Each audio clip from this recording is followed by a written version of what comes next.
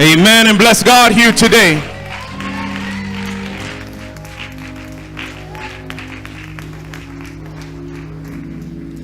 Yes, Lord. Yes, Lord. From the first chapter, as we move into the book of Joshua today, and I encourage you in your devotional time to read this whole first chapter. But for our time here today, let me read the first 6 verses to you. From the NIV version, hear these words. After the death of Moses, the servant of the Lord said to Joshua, son of Nun, Moses' aide, Moses, my servant, is dead. Now then, you and all these people, get ready, rise up to cross the Jordan River into the land I am about to give them, to the Israelites. I will give you every place where you set your foot, as I promised Moses. Your territory will extend from the desert to Lebanon, from the great river, the Euphrates, the Hittite country, to the great sea on the west. No one will be able to stand up against you all the days of your life. As I was with Moses, so I will be with you. I will never leave you nor forsake you. Be strong and courageous, because you will lead these people to inherit the land I swore to their forefathers to give them. You may be seated. With Moses being dead, Israel was still short of the goal, the promised land. They had learned how to live in the desert. It's been 40 years. So why go on? Why? Because God had more for them than desert dwelling. God had better things in store for them. God needed a person to accept the call to take his people forward. Joshua was the man of choice.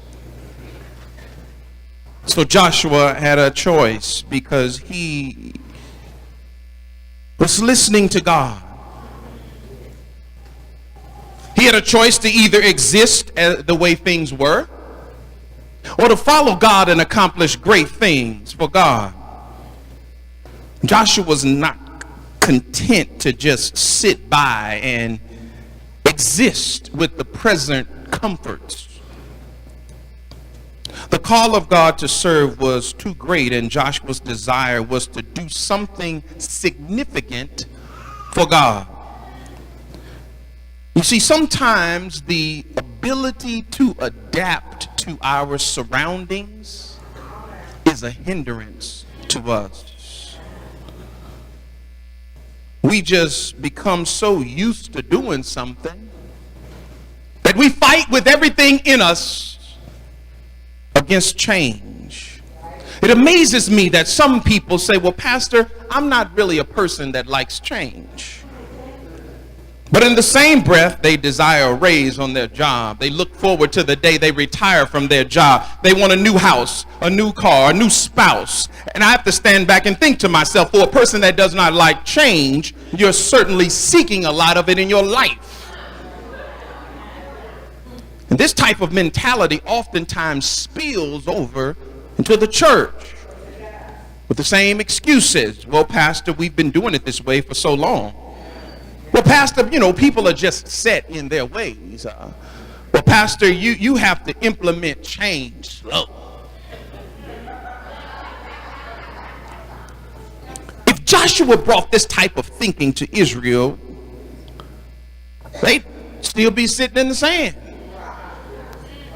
Or would have just died spending eternity crossing the Jordan.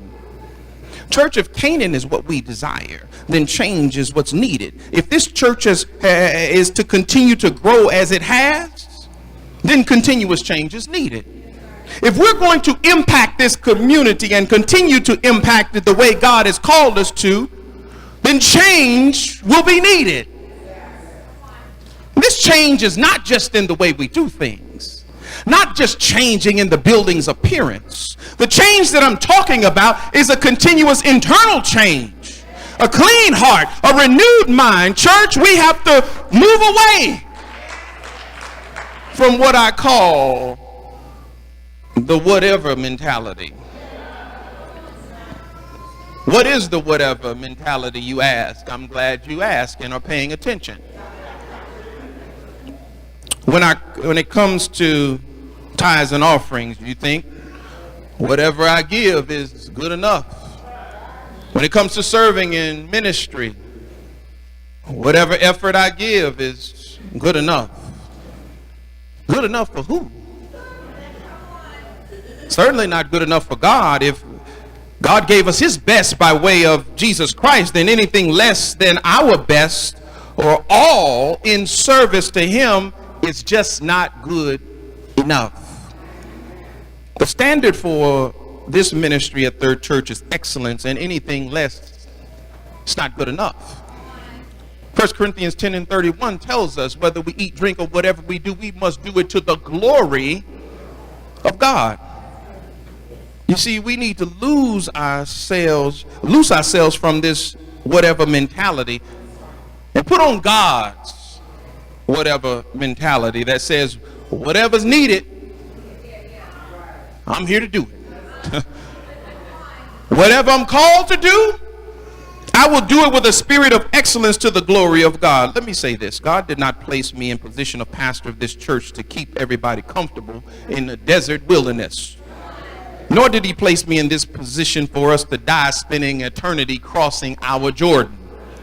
He's placed me in this position for this ministry to come to a place where we physically and spiritually, our lives will reflect the will of God for us. Nothing more, nothing less, nothing else. In the will of God, we don't just exist. We don't just survive, but we live. And we don't just have life, we have abundant life. I don't know about you, but I'm not satisfied with just existing and just surviving in ministry. I want to experience God's best. Don't you want to experience God's best? Then comfort zone is going to have to become a part of our past, not our present, nor our future. See, God wanted Israel to move into this land flowing with milk and honey and not just be satisfied with a desert existence, just surviving, but to have this land. They're going to have to move forward and not stand still.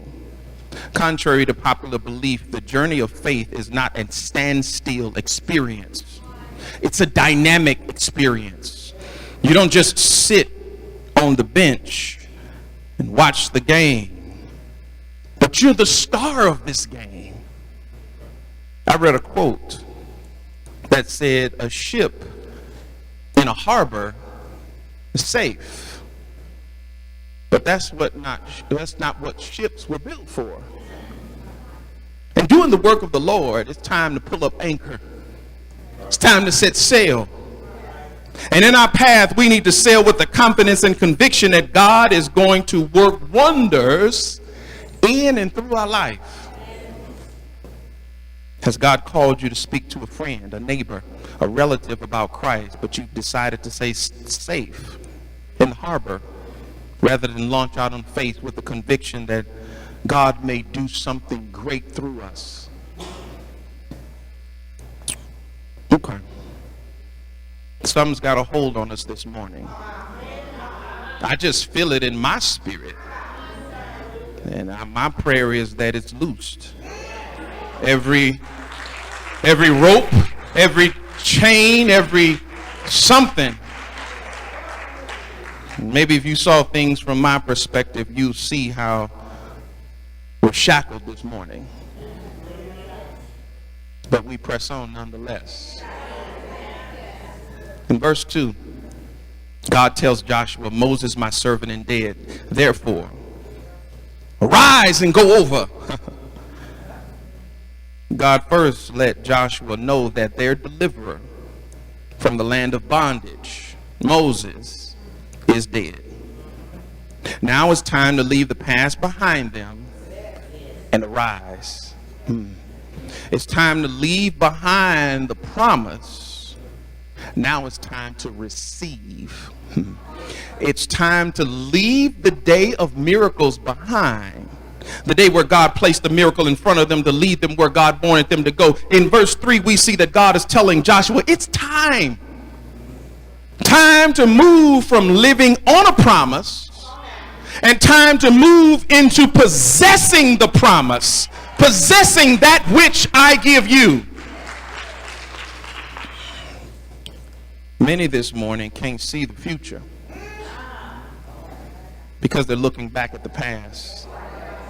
Many will never possess the promise of God, the future God has for them, because they're allowing their past to hold them back. Well, there was a whole generation holding the children of Israel from their future promised land. God allowed this whole generation of faithless doubters to die in the desert, in the wilderness.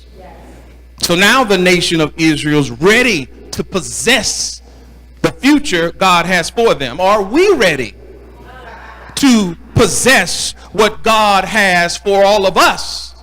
Or are we allowing something to hold us back? See, some are not ready to possess what God has for them for fear of the future. See, the direction that God is leading us to seems too difficult. God tells Joshua the same thing he tells us. He says, no one's going to be able to stand against you all the days of your life. As I was with Moses, I'm going to be with you. He says, I'm never going to leave you nor forsake you. The Lord's words imply that Joshua, you're going to face opposition, but that opposition will come to nothing. The Lord will be with him every step of the way, and no one will be able to stand against him and win. The Lord will always be with him to overcome every enemy, every obstacle, every difficulty. You know,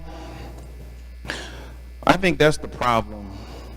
We have a misconception of what the promised land is like, feels like. We think the promised land is a vacation resort. We sit back and people wait on us and bring us umbrella drinks. A place where we relax and become stagnant.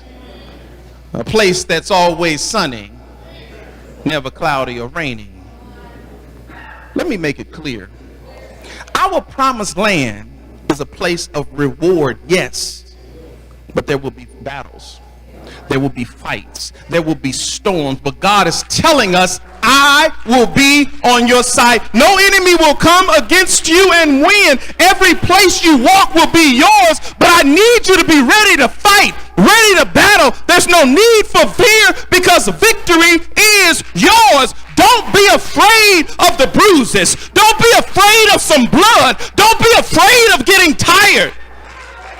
That comes with the fight. But God is on our side and no battle will overtake us. That's good news today. No fear. God is with us.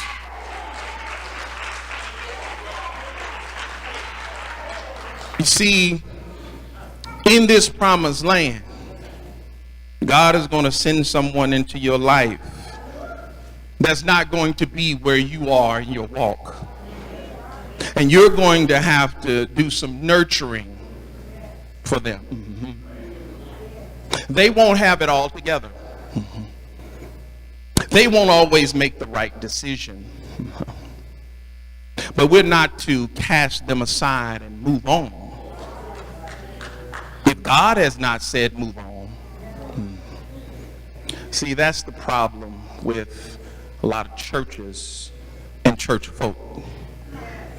See, we come together in our church life and we want to create a pseudo promised land for ourselves, a land where we don't work, this promised land where we don't sweat, this promised land where we only accept people into this land that look like us, talk, act, walk, and smell like us, those who already been saved and baptized twice, dipped front and back.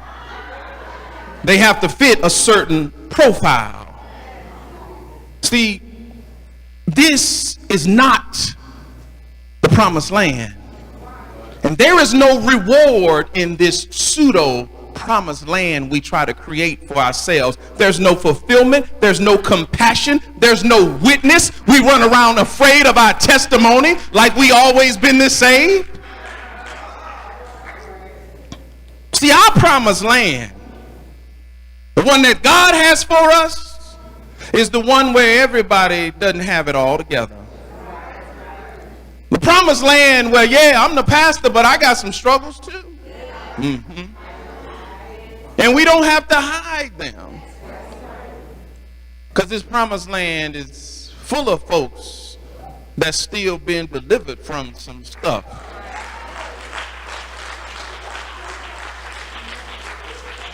So now we can walk alongside one another and say, I may be a little bit further along in my walk than you, but we're still heading toward a same direction. I've not arrived, but I still struggle. I still fail. I still sin. But now I have an advocate. I have a spirit in me that fights for righteousness. I have a forgiving God, and I'm learning every day how to walk in forgiveness and let go of the past that I've been delivered from and receive the promise that God has for me. This promised land, I say, I'm not perfect. And how dare me try to impose a reality of perfection on you? I'm trying to help church folks this morning. Some still are not convinced this morning to move on. I just feel that. And because they're chained to their past. I see the movement in here got real still, because when I'm up here preaching, when I start hitting a nerve, people don't move. They don't even, their eyes don't even move. They're looking straight ahead because they say, all right, I'm exposed. Everybody sees me. Everybody sees me. So it's a movement thing. It's okay.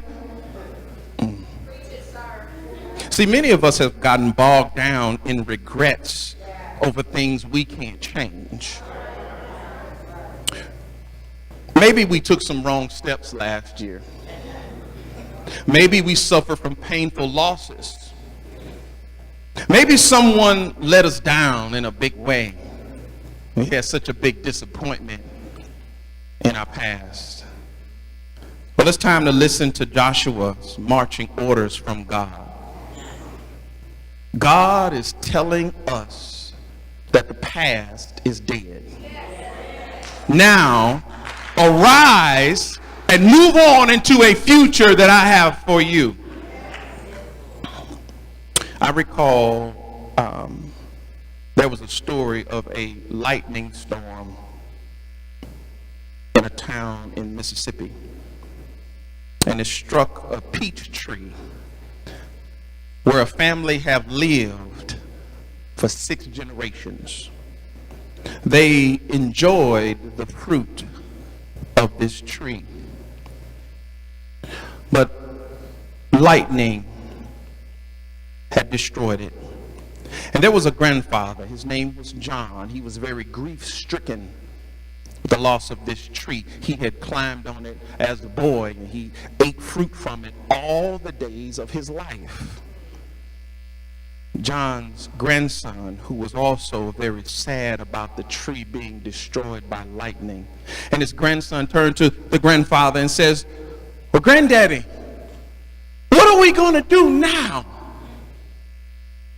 Grandpa John paused for a second, he took a deep breath and he says something very wise, very profound, very relevant for us today. John says, you know what we're going to do? We're going to pick the fruit and burn the rest. We're going to pick the fruit and we're going to burn the rest. When we look at what's holding us back from going forward in life, is the fact that we're still trying to grow fruit from a dead tree. But Grandpa John says we're going to pick the fruit. We're going to keep the past, the things from the past that are relevant that we need. But we're going to burn the rest. The dead things of the past shall be burned, left behind. Because something dead does not produce life. Which direction are you facing this morning? Yesterday or tomorrow? It's a key question for those who want to possess the promise. Yesterday holds on to a lot of us, sometimes with wonderful memories and great victories or pleasurable moments, and we try to relive them again and again and again. I get nauseated by people talking about the good old days. I want to throw up sometime. Sometimes powerful regrets, terrible pain, and we're still trying to fix stuff in the present that's been dead for years. And we're trying to fix it over and over and over again. Both victories and defeats of yesterday are history. Listen to me. We learn from it, but we're foolish to try to relive it. In order to discover the joys of this stage of my life, I must be willing to let go of the past. The past can have its uses. We should enjoy what is of use from the past, but it's time to burn the rest. I observe many churches where people are prone to glance back with a tearful eye of a glorious past. They get so caught up in reminiscing, trying to recreate the past, that they don't give any thought to the future. Surely God had great plans for them, but no one would let go of the past long enough to move ahead. Any church that gives up on the future trying to hang on or relive a past is doomed to failure. And eventually that church will fizzle out and die. In my own personal life, when I try to relive the past that's already dead, I die also. We have some dead relationships in our life. And we're still trying to grow some fruit from this dead situation. And in trying to grow fruit from this dead relationship, we are dying ourselves. We say, maybe if I put some fertilizer on it. Maybe if I use spring water instead of tap water. Maybe if I try to turn it this way and put this situation in a different kind of sunlight. Listen to me this morning. The tree is dead. Pick the fruit and burn the rest. It's time to arise and possess the promise of God. Loved ones close to us have died. We sit at the dead tree, weeping. Can't go on because we're trying to resurrect a dead tree. Now, I'm not saying that there is no grief in the loss of a loved one, but to possess what God has for us, it's time to pick the fruit, burn the rest. Oh, I know it was tough. It was that moment where you saying, that sounds good, but I don't know if I should clap. Because I'm still at the gravesite. Pick the fruit of the good times. Pick the fruit of the times where you learn something. Burn the rest that's holding you back and arise to possess the promises of God.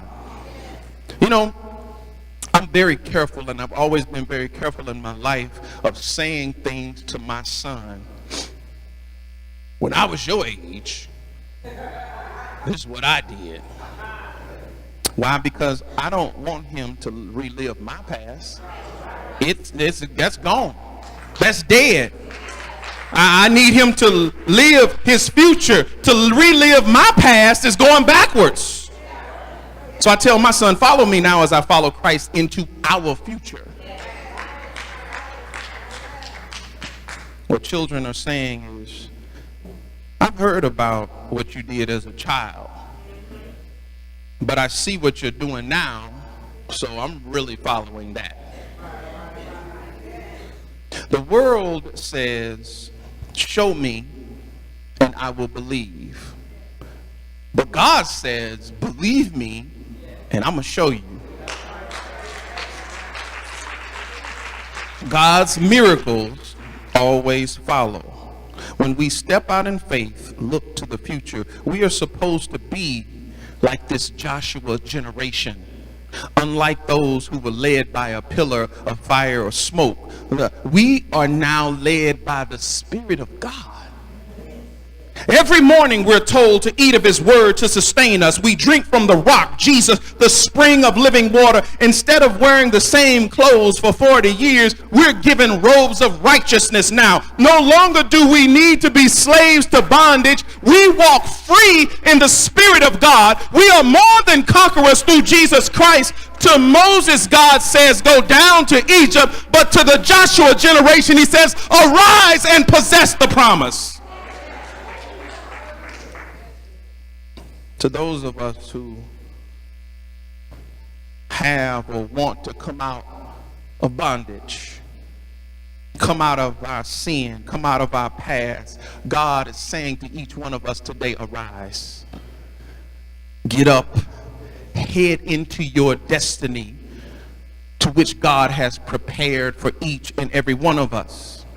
It's time to get up and get out, or it's time to get up and get out. Either get up and get out into the world and do the works of Christ, or get up and get out of this pew and let somebody into it that's going to show you how much they appreciate the work of Jesus. The Jews under Moses sought the miracles and they found God. Under Joshua, as with us, they sought God and miracles followed them. How do you have a Joshua spirit? How do you become part of the Joshua generation? They walked out. They left behind their past and pursued their future. They knew of their past and used it to motivate into their futures. They used it to remind themselves of a place that they were never going back to, never going to return, as a tool to show them where they were headed from time to time if they didn't change their ways of thought and action. From here on, they would first consult God to find out what city to attack. And if they were to attack, then this devastation of that people would be the miracle that's left behind. This is where they would go in doing the work of God, and the miracles would follow them. This is what Jesus says to us, how we're supposed to live. Listen to these words in Mark chapter 16, starting at the 15th verse. Mark chapter 16 verse 15 says this. He said to them, go into all the world and preach the good news, the gospel to all creation. Whoever believes and is baptized will be saved, but whoever does not believe will be condemned. All these signs will accompany those who believe. In my name, they will drive out demons. They will speak in new tongues. They will pick up snakes with their hands. They will drink deadly poison. It will not hurt them at all. They will put their hands on sick people and they will get well. These are the miracles that follow the people of God. This is the works of Jesus that we're supposed to do. This is the instructions God left with us through his son Jesus for us to do. These are the miracles that are now supposed to follow us. Church, we have to leave the day of miracles behind. Arise, cross over the Jordan, and move into the promised land and possess it. We need to start doing the work of God and let miracles follow us as an example to the unbeliever. See, the miracles at one point were an example for the people of God. Now the miracles of God shouldn't be an example to us. They're an example to the unbeliever. And we walking around in circles because we're still looking for the miracles. But we're supposed to already understand the miracle of Jesus Christ.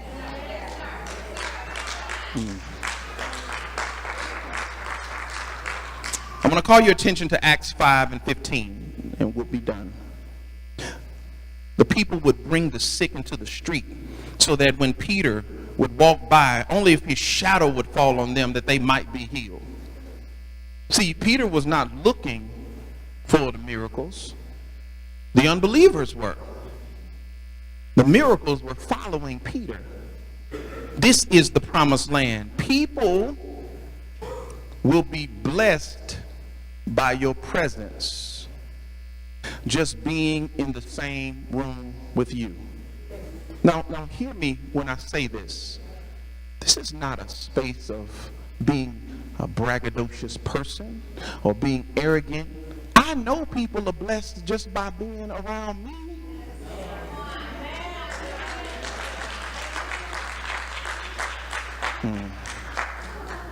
You'll get there. Bless us, Lord. Question again, are you prepared to enter your promised land, to possess what's rightfully yours? Are you ready to take that which has been promised and always before you and make it yours? Then it's time to arise. And just as he told Joshua in verses 5 and 6, he says, I'm going to be with you. I'm not going to leave you nor forsake you. And he says, be strong, of good courage. Okay. As I close, I want to introduce a new term to some. It's called being a statement child. A statement child. See, when God called Israel to be his people, they didn't do anything to deserve that title. They wasn't special. It was nothing special about them to deserve this honor. God says, you are my people. He chose them to make a statement to the world. This is how God delivers. God takes care of. God protects. God provides for his children. I want to let you in on something this morning.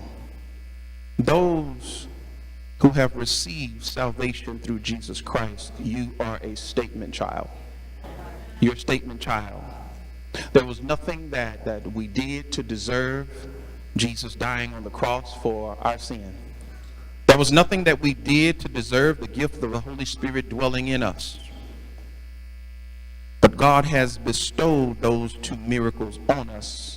And we're now statement children. And what does that mean? God is trying to speak to the world through us. God is making statements through us. As we arise and go forth to possess the promise, God will use our past and make a statement of deliverance to someone. That's called a testimony.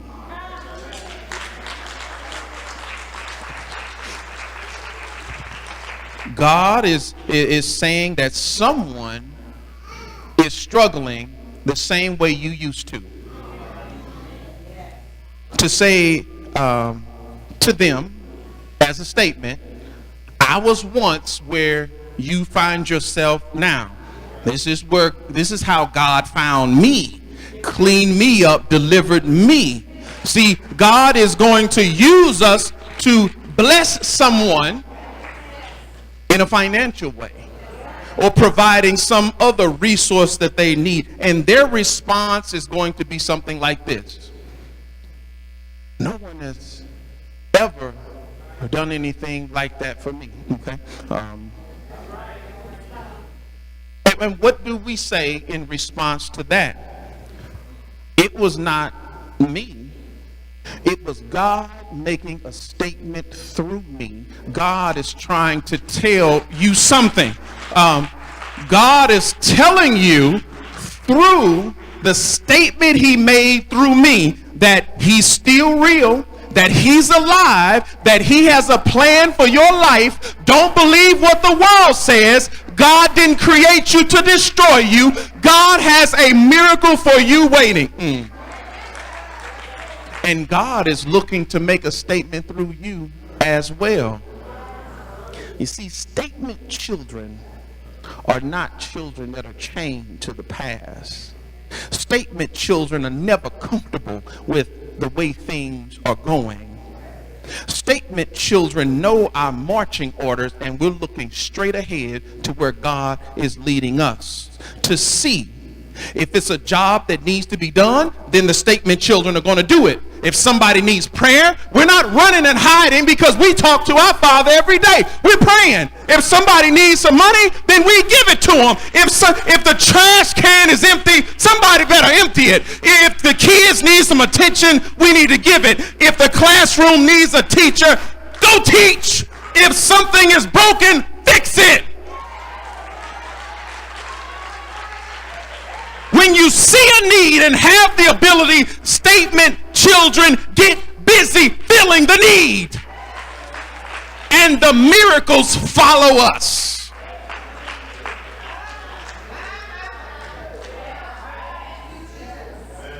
That's how we show our faith in God. That is when God will bless in supernatural ways. The time is out for looking for the miracle. We are the miracle.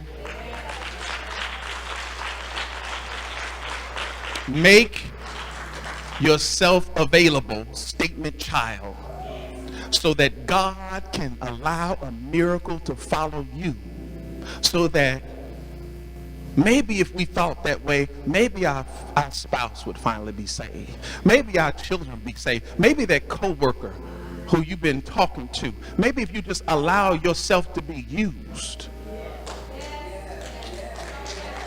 We are the miracle.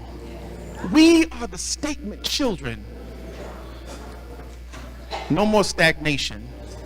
Arise, go, and possess the promise of God. Let us pray today.